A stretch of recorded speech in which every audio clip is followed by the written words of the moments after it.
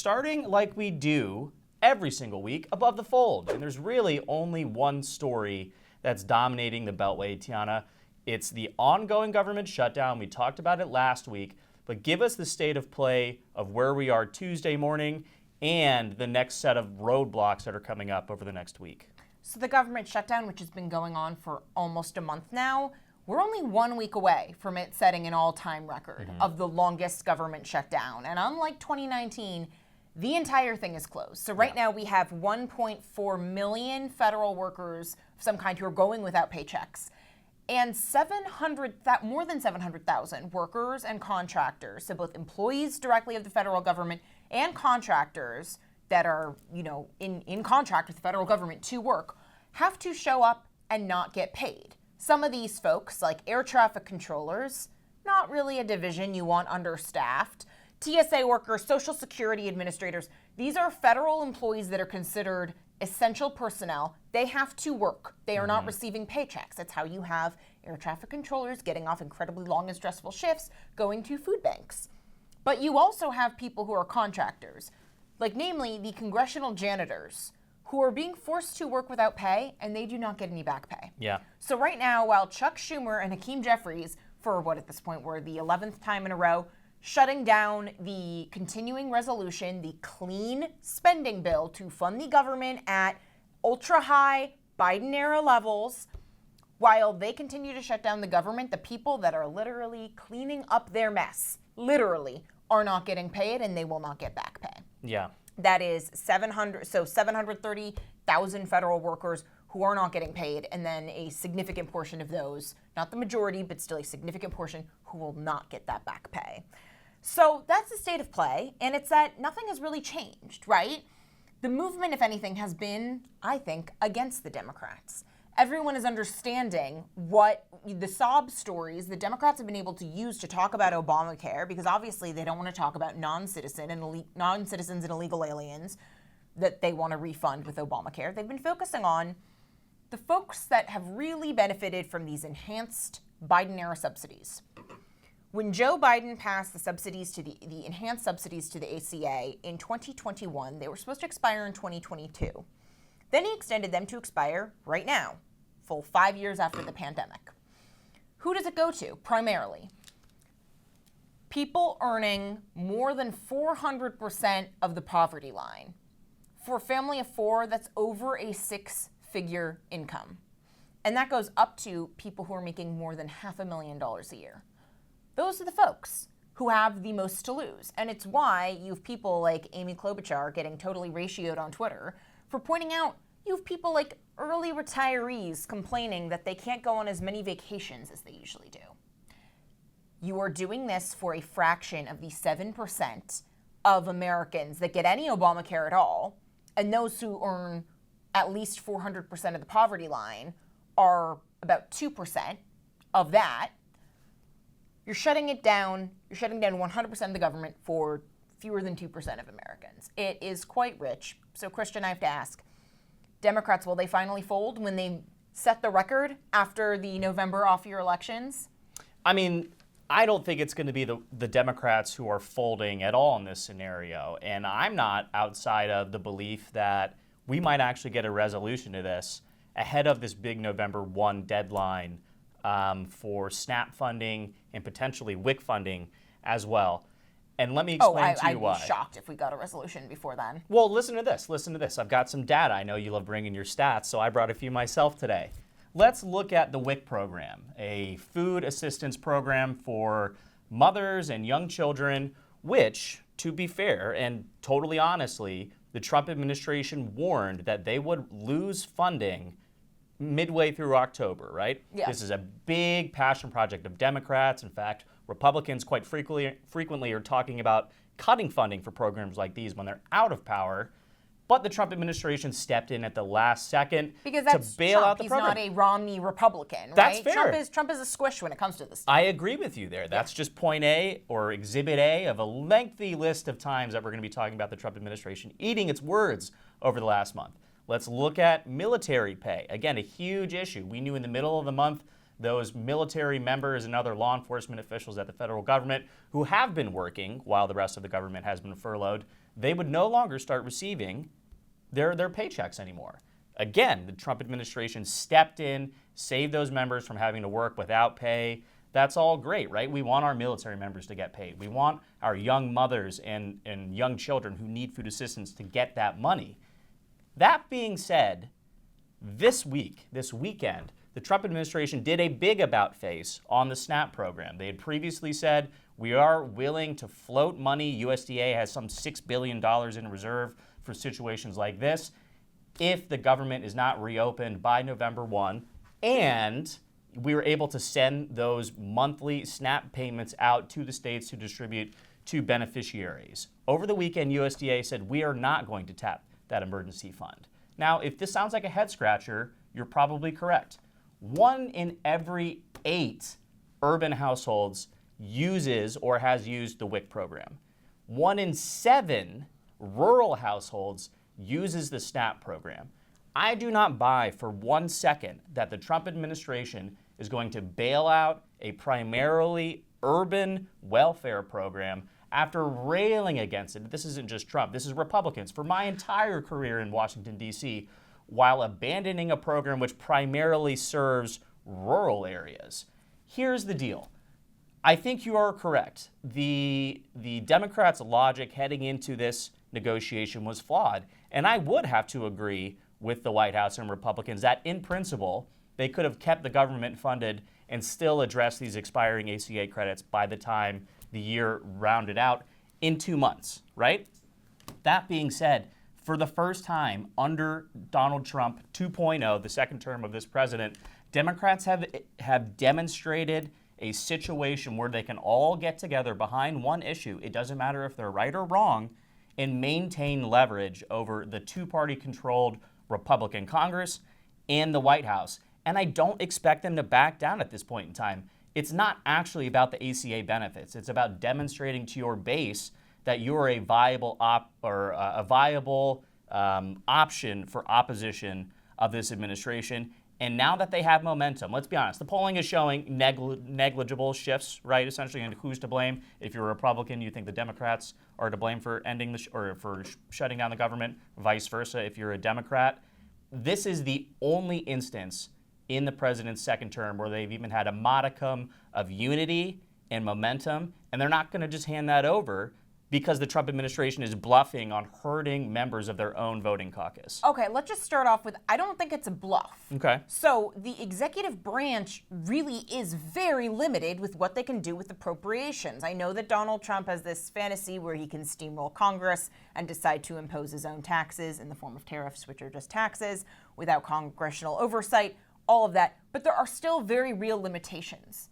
And it's up to the Treasury and OMB to figure out what they are legally allowed to fund. Mm-hmm. And it's why I was critical of Trump's early promise to use the tariff revenue to fund some of the... Yeah. Because not only is that a bad idea because the tariff revenue is going to paying down the federal budget deficit, but also because that money is literally already spent. So the Treasury would have to authorize new debt, mm-hmm. and that is, it's limited in terms of how the Treasury can authorize new debt right now for unfunded liabilities. Sure. So legally speaking, this is a good thing that Trump can't just willy-nilly come up with money, right? We do not want the executive branch to be able to override Congress. Congress has to do its job and reopen up the federal government. Secondarily, Christian, I'm sorry, but what you just described to me is a tantrum. there were I think there have been plenty of points where I've hoped Democrats, and especially Senate Democrats, would find a way to block Trump, and specifically by courting the moderate Republicans. Namely, I've talked a lot about the appointment of RFK Jr. to run HHS. I think that has gone worse than my wildest nightmares, right? Like, we have brought back a live measles epidemic. We are working on taking normal childhood vaccines off of the insurance-covered schedule. Like, these are things that will have generational costs. And then with the tariffs, it's very easy to go to Johnson and say, you have made it so we cannot have a congressional review of these tariffs until spring of next year. We will not reopen the government unless you allow us to put it to a vote. Let's make every single Republican in Congress say how they feel about Donald Trump taking the power of the purse away from Congress. Put it up to a vote, because I guarantee you they would be a lot less squeamish about standing up to Trump if they actually have to vote on the House floor. I would and agree have with that. something that follows them to a president AOC that wants to use tariffs as a form of carbon taxation, right? Oh man, we're going to talk about AOC in the next segment. Just you wait. And so, they chose not something where Donald Trump has defied normal order, even if you wanted to take something like Doge and PEPFAR.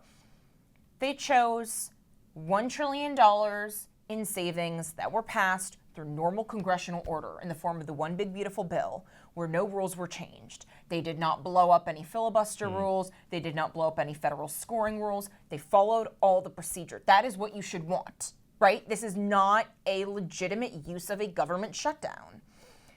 So to bring all of it back to SNAP in particular, I would hope that there is a little bit of a conversation about why we have so much of the population dependent on federal largesse in a time where, for all the talk about, the economy is weakening, the unemployment rate is still south of 5%. There was a time, for most of American history, a 5% unemployment rate would be considered full employment, bar none. Yeah. Right? So it's about 12% of the U.S. population that is on SNAP. And the reason why SNAP is such a focus is because it's 70% of all federal dollars spent on food supplements. So WIC is a smaller program, and it also, by definition, is time limited because it's meant for pregnant women and immediately postpartum women, children under 5. And WIC is actually quite well done in the sense that WIC is only healthy food. It's things like baby formula. It's no junk food. SNAP is different. SNAP is just dollars. 1.5% of federal government outlays go to SNAP. You have an average of 12% of the population, yes, with the average benefit per household of over $300 a month. The thing that I think is most disturbing about SNAP is not when we think about children, right? Children are the soft spot. We understand children are supposed to be unfunded liabilities. We spend money on kids for good reason. And it's why you don't see Republicans being like, we need to put work standards more on WIC. The focus is not on WIC because we're talking about immediately postpartum mothers who are probably on maternity leave anyway, or should be. With SNAP, 62% of SNAP households have no kids. And half of all prime age, non-disabled adults who are on SNAP are not working in a month they are receiving SNAP. 1 in 4 of them are not working within a year of receiving SNAP. Yeah. It's not supposed to be a long-term option. It's supposed to be a temporary emergency safety net. So then why are 1 in 4 SNAP recipients who are prime age, non-disabled adults not working within 1 year of getting SNAP? A 1 in 4 failure rate, that's really high. Yeah. And so, this is obvious, and again, a government shutdown is not the way to change congressional appropriations. The way to do that is through an appropriations bill or through permanent legislative change with a supermajority in Congress. Those are ways that we want to change things. But in the long run, is this a sustainable or good model for the American electorate?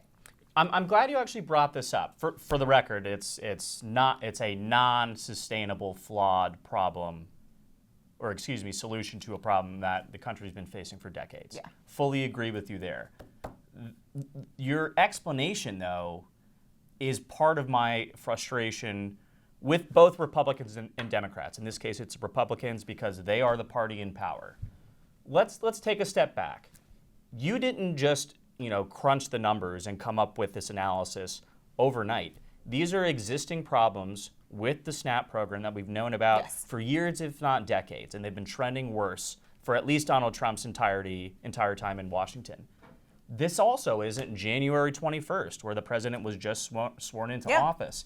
He already had an entire Doge czar come and go, get spaced out, mostly because he was freaked by how Donald Trump wasn't actually committed to fiscal conservatism and slashing the budget. Listen, we've seen this with the Obamacare reform effort from Republicans. That being said, they're just over-promising, or they're promising things that they have no intention of governing on. Because how long has it been that we've heard Republicans rail about the problems with all of these welfare programs? We're now fully 9 months into office with the Trump administration. Why did no one on the president's policy team sit down and say, if we're doing, Doge at all these departments and agencies, why don't we actually go in and put our money where our mouth is and make some of these changes to the programs to address it? They're playing politics, not policy. If you were running the Republican Party, we wouldn't be in this situation. But Christian, here's the issue though. To Trump's credit, one big beautiful bill went way further in entitlement and welfare accountability. That is true. Than we expected. Yeah, the and work reform benefit, or excuse me, work so the until 2023, you know what the work requirements for SNAP was in order to get more than 3 months of SNAP in a row? It was if you were 18 to 49 years old. So not even if it's you're just 52 if you're alive, years old. basically. Yeah, basically if you're alive from 18 to 49 years old, you have to either work 20 hours a week, which is part-time, and this is if you don't have kids and you're not disabled. Yeah. So you're not doing childcare, you aren't wheelchair bound, 20 hours a week, or participate in a state workforce program, which in many states like California is just like registering. I don't have a job, but I'm looking for one. And that's so you can get SNAP indefinitely. Trump changed that and added in tighter working requirements for these childless, non-disabled prime-age adults, expanding it correctly to age 59. Spoiler alert, the retirement age isn't until 67, but I guess the rules don't apply if you are getting welfare. But the point is that Doge is not what the Democrats are railing against. They are not saying we need to refund USAID, which, I don't think that's a hugely important political football, but at least that's something that was cut not through normal congressional order. Instead, they go to one big beautiful bill, which again was not passed by nuking the filibuster. It was not passed by rewriting the rules. You had a normal quorum of Congress that passed one big beautiful bill and said we are going to save $1 trillion by putting in work requirements and defunding the ACA for illegal aliens and early retirees that want to get an extra vacation. And that is my problem with Democrats. If they want to resist, that's fine, but do so in a way that isn't idiotic. Listen to Tiana, everybody. Listen to your civics teachers. Abide by normal order.